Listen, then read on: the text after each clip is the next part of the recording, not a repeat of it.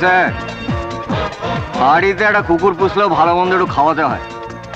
এতগুলো লোক পুষেছেন একেবারে শাল পাতার মতন, একটা পাঁচ মারলাম একেবারে কুপকাত। কে তুমি? আমি দুধে ভাতে আম সত্ত্বে দিল ভরা খুশ, মাই নেম ইজ ফান্টু। তাছাড়া আমার উপর ভগবানের একটা ভর আছে, আমি মারি একদিন, ব্যথা থাকে 365 দিন। কি চাও তুমি? কিছু না, একটু আরাম আর একটু ভালো মন্দ খাওয়া দাওয়া। কতদিন বাদে দশরথ বাবুর মতো একটা ভালো মানুষ পেলাম, এর খাওয়াচ্ছে, আদর যত্ন করছে। আর আপনার এই পোষা কুত্তাগুলো বলে কিনা এখান থেকে চলে যেতে।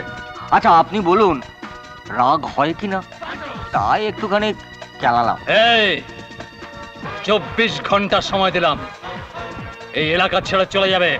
আচ্ছা আপনি সব সময় ওই রাম গরুদের ছানার মতন মুখটা ব্যাজার করে থাকেন কেন বলুন তো?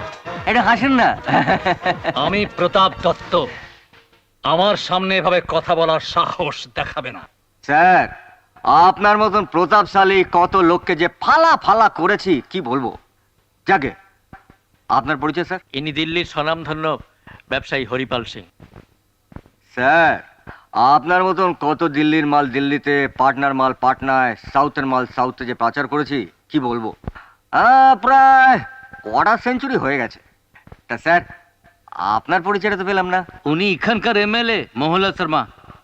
বুঝতে পারছো কাদের সামনে দাঁড়িয়ে কথা বলছো? ও নেতা, তা আপনার মতন কত নেতাকে যে ঘর মোছার নেতা বানিয়েছে কি বলবো স্যার।